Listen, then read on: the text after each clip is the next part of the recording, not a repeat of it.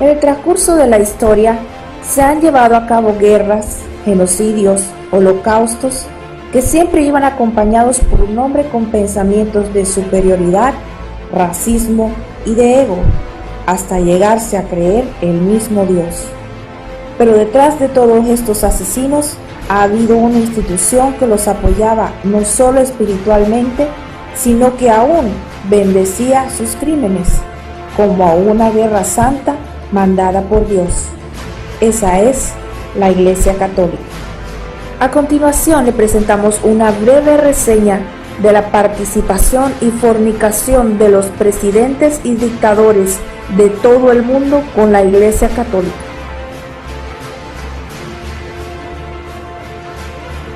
En 1922, el dictador Andrea Mussolini comprendió la importancia que tenía solucionar las malas relaciones del Estado italiano con el Vaticano. De esta manera, el Vaticano reconocería su gobierno.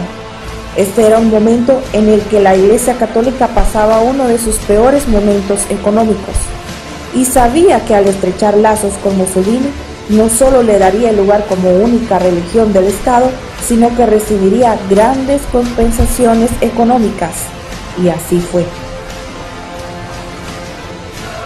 En 1930, el dictador Rafael Leónidas Trujillo firmó el concordato mediante el cual la Iglesia Católica y el dictador consolidaban sus alianzas. Los beneficios que la Iglesia recibiría serían nuevas construcciones de iglesias y parroquias, y se comprometía a darles ayuda económica, además de enseñar en las escuelas los principios de la religión, y a cambio de esto, la Iglesia se comprometía a cantarle o hacerle una oración al tirano después de cada misa. En 1993, en Chile, el exdictador Augusto Pinochet, uno de los más grandes asesinos y dictadores que se pueden recordar en Latinoamérica, contó con el favor del cardenal Ángel Sodano y con el respaldo del cardenal Jorge Medina Esteves. En la detención en Londres de este asesino, la Iglesia Católica intercedió para que se le concediera el indulto inmediato y su retorno a Chile sin condiciones.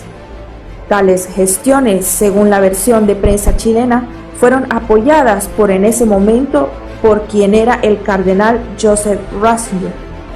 Cabe recalcar que el Papa en sus viajes daba de comulgar a dictadores y a torturadores. Este es el caso de Augusto Pinochet, que ha sido tratado por el Vaticano prácticamente como a un beato, incluso en sus peores momentos. En 1933, en Alemania, Adolf Hitler y el Vaticano firmaron un acuerdo que creó el clima ideal para las persecuciones de los judíos. El Vaticano nunca avaló una protesta contra el antisemitismo, jamás se pronunció contra Hitler, ni mucho menos lo amenazó con excomulgarlo. En un memorándum reciente de Time, descalificado del Departamento del Tesoro de Estados Unidos, afirma que el Vaticano tiene millones de dólares ligados al oro confiscado por los nazis a judíos en la Segunda Guerra.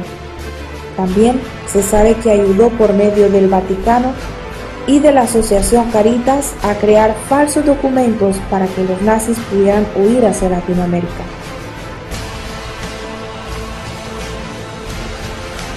En 1935, el dictador Maximiliano Hernández de El Salvador estableció fuertes alianzas con la Iglesia Católica, obteniendo el beneficio de los dos monseñores de la época, Monseñor Belloso y Monseñor Chávez y González, quienes siempre estaban presentes en las ejecuciones políticas y quienes tras el levantamiento de 1932 ofrecieron misas en agradecimiento por la victoria militar.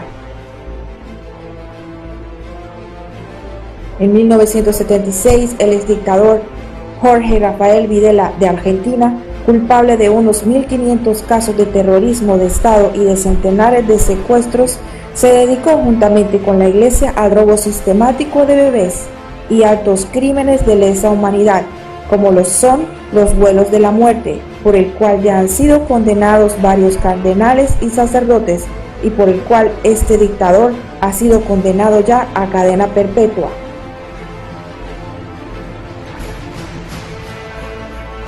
En España, en 1933, Francisco Franco, en su lucha contra el partido opositorio al que llamaba los Rojos, llevó mano a mano con la Iglesia Católica uno de los episodios más represorios y sangrientos de la historia de España.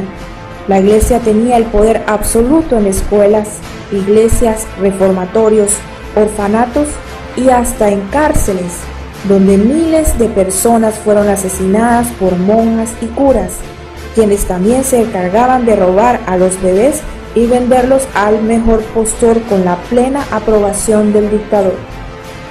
Es evidente que Franco necesitó el apoyo y la bendición de la Iglesia Católica para llevar a buen término la guerra de exterminio y pasar por un enviado de Dios. La Iglesia ganó con esa guerra satisfacciones y privilegios, y la religión le sirvió a Franco de refugio de su tiranía y de su crueldad. La Iglesia le dio la máscara perfecta, tan perfecta que hoy en día se sigue discutiendo si lo que había detrás era un criminal o un santo.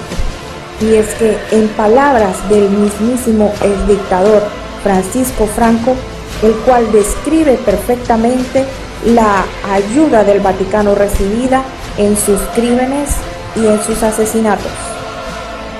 Por Francisco Franco de España, la historia de nuestra nación está inseparablemente unida a la historia de la Iglesia Católica.